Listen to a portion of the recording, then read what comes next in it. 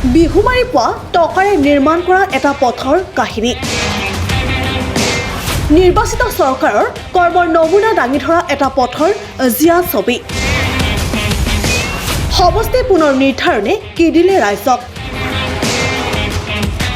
সাধাৰণ পথ এটা নিৰ্মাণ কৰিব নোৱাৰা চৰকাৰৰ নগ্নৰূপ কিয় কত? এইফালে চলি আছে নিৰ্বাচন আৰু আনফালে ৰাইজ ব্যস্ত এটা ভগ্ন পথ নিৰ্মাণত। এখন নিৰ্বাচিত চৰকাৰ থাকোঁতেই ৰাইজে এনেদৰে এটা ভগ্ন পথ নিৰ্মাণ কৰিবলগীয়া হোৱা এই দৃশ্য কিয়কৰ? ৰাজ্যৰ বিভিন্ন ঠাইত এই দৃশ্য সুলভ যদিও কিয়কত ৰাইজে এইবাৰ নিজৰ গাঁঠিৰ ধনৰ পৰিৱৰ্তে বিহুমাৰি পোৱা টকাৰে পথ নিৰ্মাণত লাগি পৰিবলগীয়া হৈছে।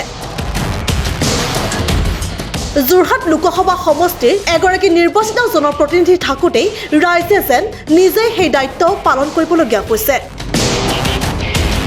উল্লেখ্য যে যোৰহাটৰ কেন্দুগুৰিৰ ২ নং বামুণগাঁৱৰ বাৰহৈ চুকৰ পৰা জানপৰীয়া সংলগ্ন প্ৰায় ১ কিলোমিটাৰ দৈৰ্ঘ্যৰ কেঁচা পথ চোৱাৰ বাবে জিয়াটো ভুগি আহিছে ৰাইজে।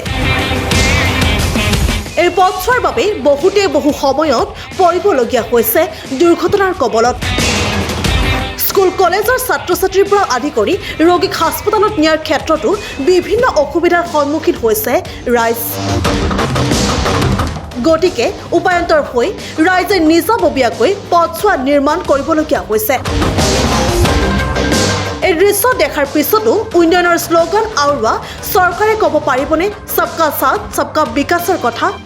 সেইটোৱে দুখৰ কথা। এতিয়া আমি ভাবিছিলোঁ যে বছৰৰ মূৰত এবাৰ বিহু আহে, বিহুটো ভালদৰে উদযাপন কৰিম, আমি ফূৰ্তি কৰিম, তাৰপিছত আমি ভাল এটা দেখুৱাব পাৰিম, সেই তেনেকুৱা এটা ভাবিছিলোঁ। কিন্তু এতিয়া তাতকৈ বেছি ডাঙৰ কথা হৈছে কি, আমাৰ ৰাস্তাটো ডেইলি অহা যোৱা কৰা যিটো ল'ৰা ছোৱালীৰ পৰা স্কুল যাব লাগে, সেই স্কুল যোৱা ৰাস্তাটো যদি ল'ৰা ছোৱালী য'ত পৰি যাব বা কিবা হ'ব, সেইবিলাকৰ কাৰণে আমি ভাবিলোঁ কি, আমি ফূৰ্তি কৰাতকৈ বছৰৰ বিহুত আমি প্ৰতি ঘৰৰ পৰা হুঁচৰি গাই পিনি আমি টকা অলপ সংগ্ৰহ কৰি আমি ৰাস্তাটো যদি অলপ শিলগুটি দি পিনি সেই পৰিৱেশৰ পৰা যদি আমি অলপ হাত সাৰিব পাৰোঁ বা অলপ বচাব পাৰোঁ, তেতিয়াহ'লে আমি ভাল হ'ব বুলি পিনি আমি ভাবি পিনি এইটো কাম কৰিছোঁ। আৰু লগতে কি, যিহেতুকে আমি চৰকাৰৰ ওচৰত বহুতবাৰ অনুনয় বিনয় কৰিছোঁ, আমি দিছোঁ, আবেদন নিবেদন কৰিছোঁ, আমি ডিপাৰ্টমেণ্টৰ ওচৰতো গৈছোঁ, PWD অফিচতো গৈছোঁ, আৰু আমি MLA ওচৰতো গৈছোঁ, আনকি আপোনাৰ CMৰ ওচৰতো আমি সেই কথাটো অৱগত কৰিছোঁ।